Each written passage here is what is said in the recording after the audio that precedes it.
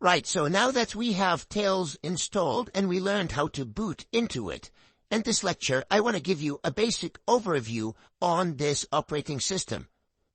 So first of all, on the top here, we have the status bar.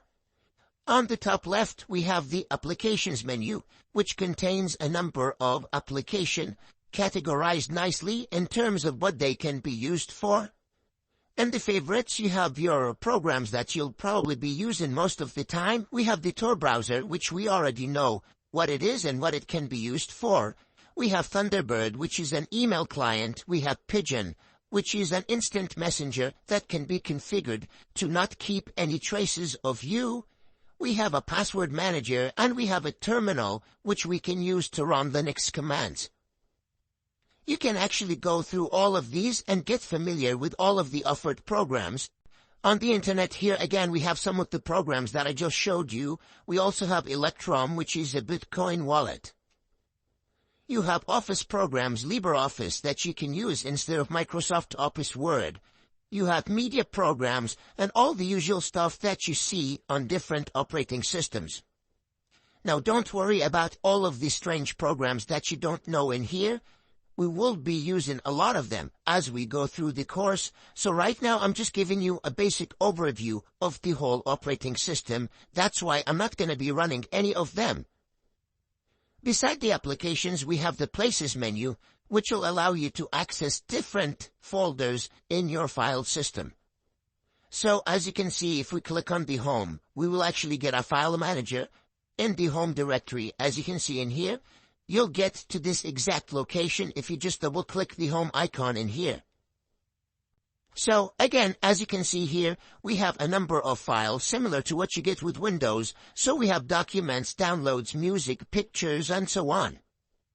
Again, you can access each of these directories individually by going to Places and just clicking on the directory that you want to access. Now it goes without saying, you can also navigate to this through this menu. You can double-click a directory to open it, and double-click a file to execute it or to open it with its default program. Right-click to create new directories, to copy and paste, to get properties, so it's all intuitive and it's all very, very similar to what you get with other operating systems. Now another really cool feature with Tails is the fact that it supports multiple desktops.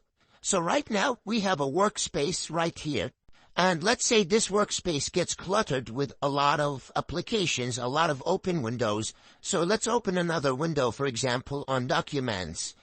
And let's say you also have a browser and you want to do more stuff, then you can actually press Control, Alt, and down to go to a new workspace. And right here, I have an empty workspace, which I can do more work in. So again, I can go to Places and open something else here. And I can do some work. For example, I can have my web browser in here and then Control-Alt up to go to the first workspace, this one with the windows already open in here. Not only that, but you can also press the Windows button or the left command and S on OS X. This will reveal the activity menu, which will first of all show you the open windows in the current workspace. It will also show you the available workspaces here on the right, so I can click in here to go to the second workspace where I had my music open. Again, click on this one to go to the first one, and then click on the last one to go to the last workspace. So instead of pressing Control Alt up and down, you can navigate through the workspaces like this, and also you can see the running applications. Not only that, but you can also see your favorite applications in here in a nice dock on the left. And you can press on this icon right here to get a list of all the applications installed on Tails. So right here we have all of the other applications that we were navigating to through the Applications menu. And if you can't find your application here, or if you want to access it quickly, you can literally just type its name using the keyboard. So if I just type Tor, it'll bring me all of the applications that have the word Tor in them. So this is really, really handy. Again, this is the activity view, and you can access this by pressing the Windows button on Windows computers or the right CMD and S on OS X computers. I'm gonna press Escape to exit this, and we're back at the main desktop. Now, I think this is enough for this lecture. In the next lecture, I'll continue covering the basics of Tails. I'll show you how to see the notifications, how to edit the preferences, how to connect to networks, and so on.